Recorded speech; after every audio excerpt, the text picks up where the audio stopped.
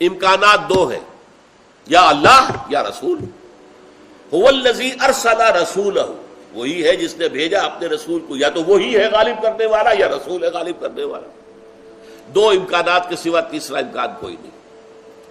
اور ہو جو ہے لیظہرہ، اس کے تین امکانات ہیں۔ ایک ہے اللہ، غالب کر دے اللہ کو۔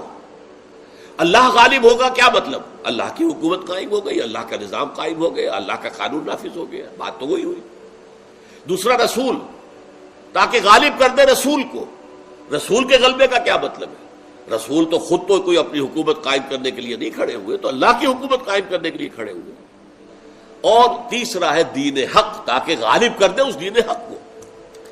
اب دیکھیے، دو کو تین سے ضرب دیجئے تو 6 امکانات یہاں پیدا ہو گئے، تاکہ اللہ غالب کر دے اپنے آپ کو، یعنی اپنی حکومت قائم کر دے، تاکہ اللہ غالب کر دے محمد کو پورے نظام پر، یعنی محمد کی شریعت نافذ ہو جائے پورے نظام زندگی میں، تاکہ اللہ غالب کر دے اپنے دین حق کو، دین حق قائم ہو جائے۔ کہ سوال یہ ہے کہ اگر اللہ ہے غالب کرنے والا، تو کیا انسانوں کے ذمے کوئی ذمہ داری نہیں ہے؟ یہ وہ لوگ ہیں جو کہہ رہے ہیں کہ یہاں پہ ضمیر جو اللہ ہے، جو بچنا چاہتے ہیں اس پکار سے جو اگلی آیت میں آ رہی ہے، اگر تم جہنم سے چھٹکارا چاہتے ہو تو جہاد کرو اللہ کی راہ۔ جو لوگ اس جہاد سے بچنا چاہتے ہیں، اس ذمہ داری سے گریز کرنا چاہتے ہیں، وہ کہتے ہیں جی یہ تو اللہ کا کام تھا، اللہ نے غالب کیا ہے۔ بھائی اللہ نے غالب کیا ہے، مارے کس نے کھائی ہیں؟ جانیں کس نے دی ہیں؟ محنت کس نے کی ہے؟ قربانیاں کس نے دی ہیں؟ آزمائشوں کی بھٹی میں کون گزرے ہیں؟ اللہ۔ اب ہم کہتے ہیں اللہ رازق ہے، لیکن اس کے یہ معنی تو نہیں کہ تم تو بیٹھے رہو اللہ تمہیں روٹی کھلا دے گا۔ تم ہی زمین کاشت کرو گے، زمین کو تیار کرو گے، اس میں ہل چلاؤ گے، اس میں بیج ڈالو گے، اس کی آبیاری کرو گے، پھر فصل کاٹو گے، کاٹ کر لاؤ گے۔ مئی اور جون کی گرمیوں کے اندر فصل کاٹنا ایک قیامت کا کام ہے جو آدمی کرتے ہیں بیچارے، انہیں معلوم ہے کیا ہے۔ پھر یہ کہ اس کو پیسو گے، پیس کے اس کو آٹا بناؤ گے، روٹی تب بنے گی نا۔ تو فاعل حقیقی تو ہر اعتبار سے ہر وقت اللہ ہے، لیکن اس دنیا کا نظام اس نے ایسا بنایا ہے کہ رازق وہ ہے، لیکن رزق کے لیے تمہیں کوشش کرنی ہوگی۔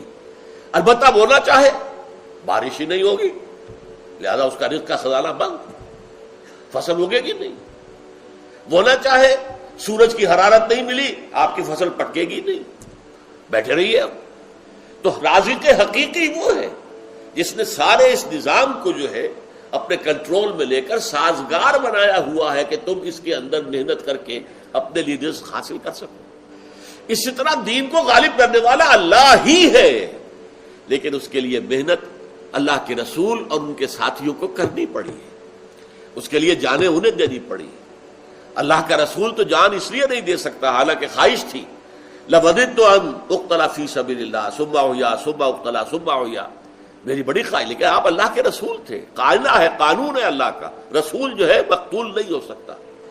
اس اعتبار سے آپ کی یہ خواہش پوری نہیں ہو سکتی تھی، لیکن آپ کے بہترین، آپ کے قریب ترین رشتہ دار، اب آپ اندازہ کیجئے حضرت حمزہ سے زیادہ نزدیک اور کون ہوگا؟ تین رشتے، چچا بھتیجے کا رشتہ ہے، خالہ زاد بھائی کا رشتہ ہے، اور دودھ شریک بھائی ہے، ایک لونڈی نے دونوں کو دودھ پلایا، اور ان کی لاش آئی ہے نگاہوں کے سامنے، ناک کٹی ہوئی ہے، کان کٹے ہوئے ہیں، پیٹ چاک کر کے کلیجہ چبایا گیا ہے۔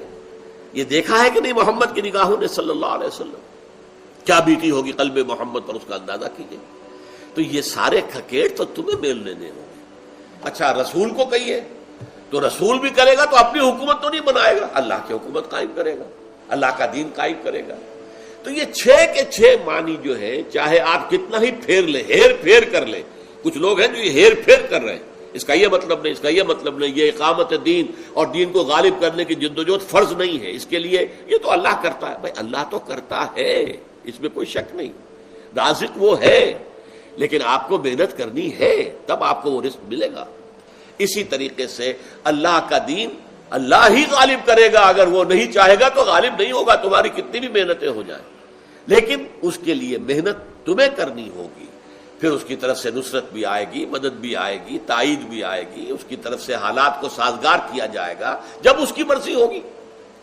کتنے انبیاء گزر گئے، ان کے ہاتھوں دین غالب نہیں ہوا، غالب ہوا محمد الرسول اللہ صلی اللہ علیہ وسلم کے دست مبارک سے، اور قدم قدم پر نصرت بھی آئی ہے، اگرچہ معجزے انہیں نہیں کہا جائے گا لیکن نصرت تو آئی ہے نا۔ آخر حضور جب چھپے ہوئے غار ثور میں، تو وہاں جو کسی کبوتری نے انڈے دے دیے یا یہ کہ وہاں پر ایک مکڑی نے جالا تل دیا ہے، یہ کس کا کام تھا؟ اللہ کا کام تھا۔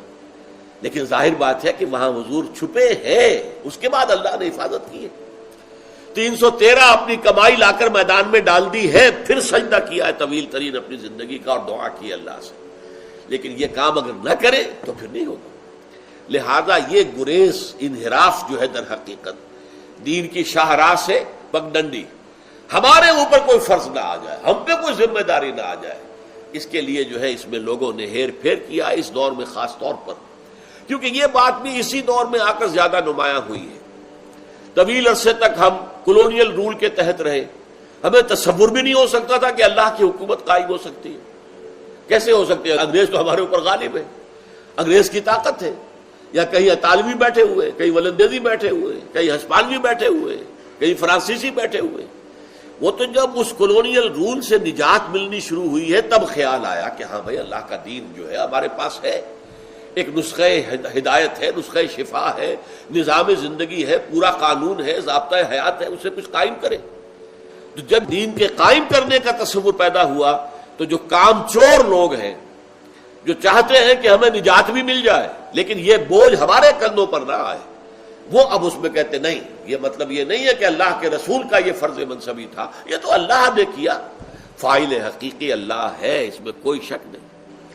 وہ تو جو شیخ عبد القادر رحمۃ اللہ علیہ نے، انہوں نے جو بات کہی تھی اپنے بیٹے سے کہ اے بیٹے اچھی طرح جان لے، لا فاعل فی الحقیقت ولا مؤثر الا اللہ، حقیقت میں فاعل حقیقی، مؤثر حقیقی اللہ کے سوا کوئی نہیں۔